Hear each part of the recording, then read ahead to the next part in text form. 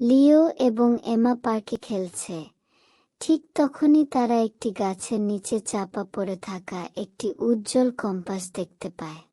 কম্পাসটি ঘুরতে শুরু করে এবং হঠাৎ একটি ঝিকিমিকি দরজা দেখা দেয়।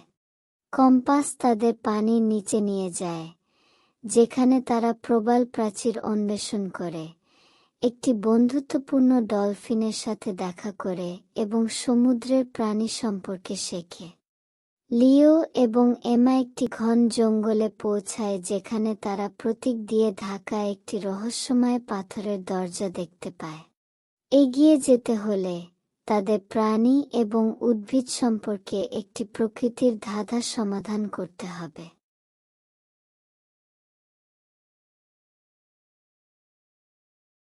লিও এবং এমাকে মহাকাশে নিয়ে যাওয়া হয়, যেখানে তারা শূন্য মাধ্যাকর্ষণ শক্তিতে ভেসে বেড়ায় এবং একজন বন্ধুত্বপূর্ণ মহাকাশচারীর কাছ থেকে গ্রহ, তারা এবং চাঁদ সম্পর্কে শেখে।